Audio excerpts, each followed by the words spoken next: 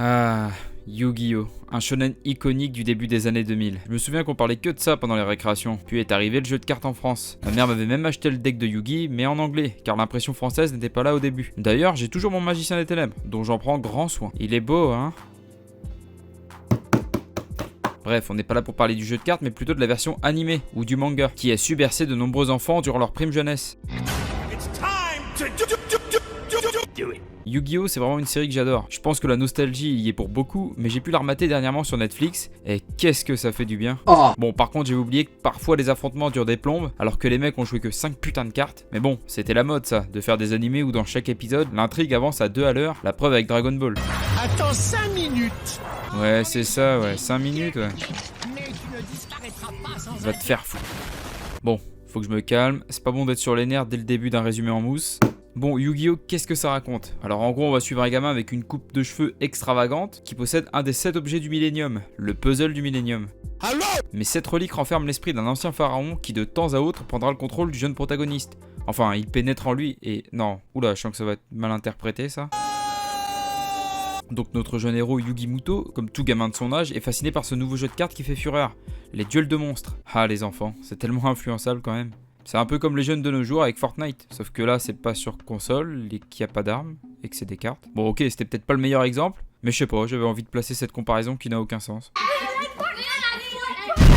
Mais bon, par chance, le grand-père de Yugi tient une boutique de cartes. Et c'est une nuit d'orage, parce que c'est quand même bien plus effrayant, faut le dire, que le vieux va se faire racketter sa meilleure carte par le dirigeant de la Kaiba Corp. C'est Tokaiba. Ton grand-père est venu me rendre visite. Pourrais-tu passer à mon bureau pour venir le rechercher, Yugi?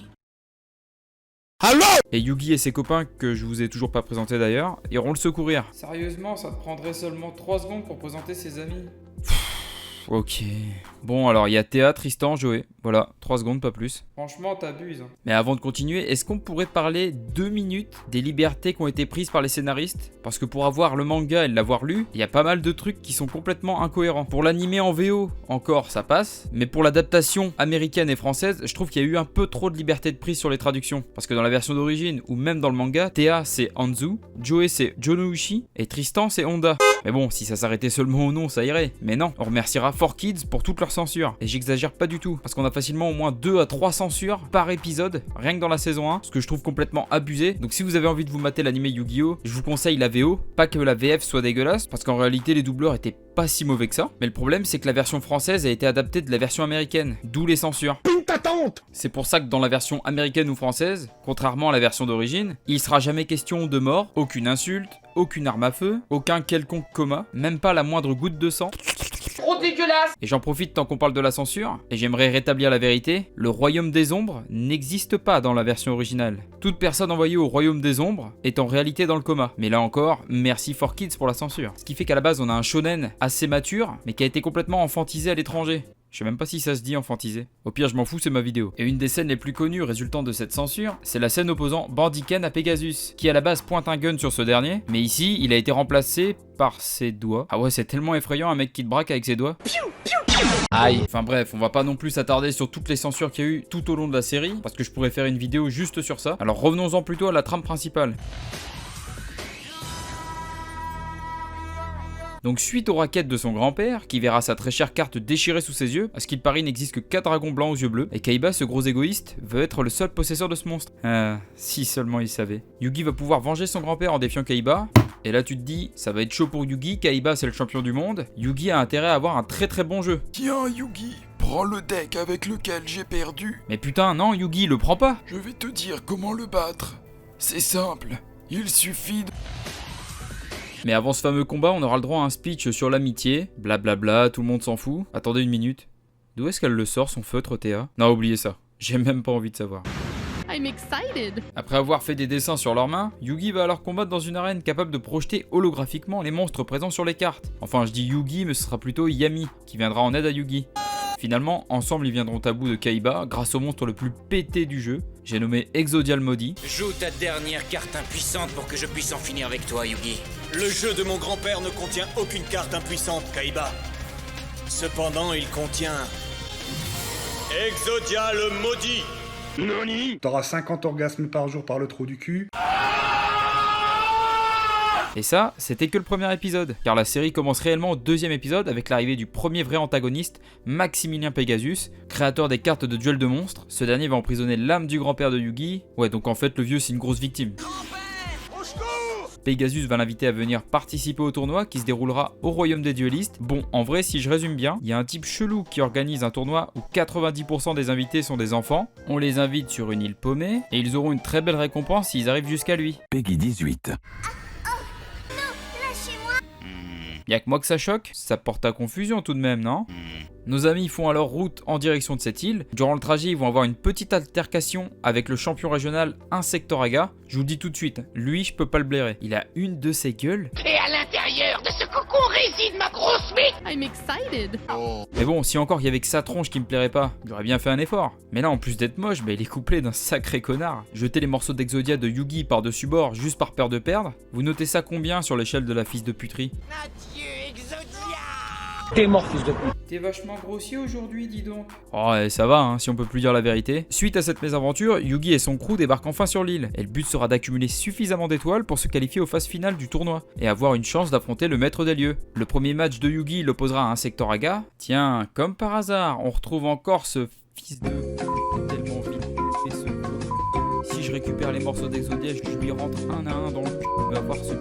Grossier personnage. Yugi va affronter différents adversaires tout du long, sans jamais vraiment respecter les règles du jeu. Et vas-y que j'invoque sans sacrifice, que j'invente des effets de cartes, que je mélange les cartes magiques, les cartes pièges. Les combats n'ont aucun sens dans la saison 1. Mais bon, un exemple vaut mieux que de longues explications, non? Ah, génial. C'est le magicien du temps. Et ce n'est pas tout ce que cette carte magique est capable de faire. Bébé dragon, transforme-toi en dragon millénaire. Mais t'as pas le droit! Si, j'ai le droit. C'est hors de question! T'as pas le droit de faire ça! Si, j'ai le droit. Mais t'as pas le... Enfin bref, même les potes de Yugi vont s'y mettre, en particulier Joey, car il compte bien récupérer la récompense du tournoi pour payer l'opération de sa sœur. Et c'est comme ça qu'un blondinet qui ne savait pas jouer 3 jours auparavant va éclater des assez gros duellistes, genre Rex Raptor, vice-champion régional, Bandit Ken, l'ancien champion américain, bah oui, toujours plus, la démesure, hein. Décidément, y a pas que dans Jojo. Mais à côté, il éclatera quand même quelques duellistes un peu moins haut gradés, genre Bonze, qui à première vue ne sait pas que les cartes magiques sont vertes. Mais bon, je commençais à être habitué avec cette VF. Cette carte magique est absolument invincible. L'invocation des âmes. Il va donner du fil à retordre à Joey avec tous ces monstres zombies. Bah, normal pour un gars qui a une tête de déterré. Sinon, comme vous le voyez, l'animation elle est pire que Mirai Nikki. Ah mais je vous jure, là c'est honteux à ce niveau-là. Et dans mes souvenirs pourtant, ça paraissait bien plus stylé quand même. Matez-moi cette gueule et les effets dignes d'un dessin Paint. C'est de la merde, c'est tout. Bon, après ça s'améliore au fil des épisodes, mais sans jamais être incroyable non plus. Pour ça, il faudra attendre la saison 2 qui offrira une animation un peu plus propre que cette première. Disons que c'était fréquent début 2000. On va dire ça, hein. Bref, nos petits potes vont collecter suffisamment d'étoiles pour accéder au château de Pegasus, et c'est là que Yugi va essuyer sa première défaite face à Kaiba. Je l'ai donc infecté du virus de la carte destructrice. Une carte destructrice. Alerte coronavirus. Heureusement, il ne sera pas totalement hors course, il pourra à nouveau regagner le château de Pegasus. Mais bon, tout est bien qui finit bien, Yugi sauve son grand-père, Joey récupère Mastune pour l'opération de sa sœur, Pegasus se fait arracher son œil, tout va bien je vous dis.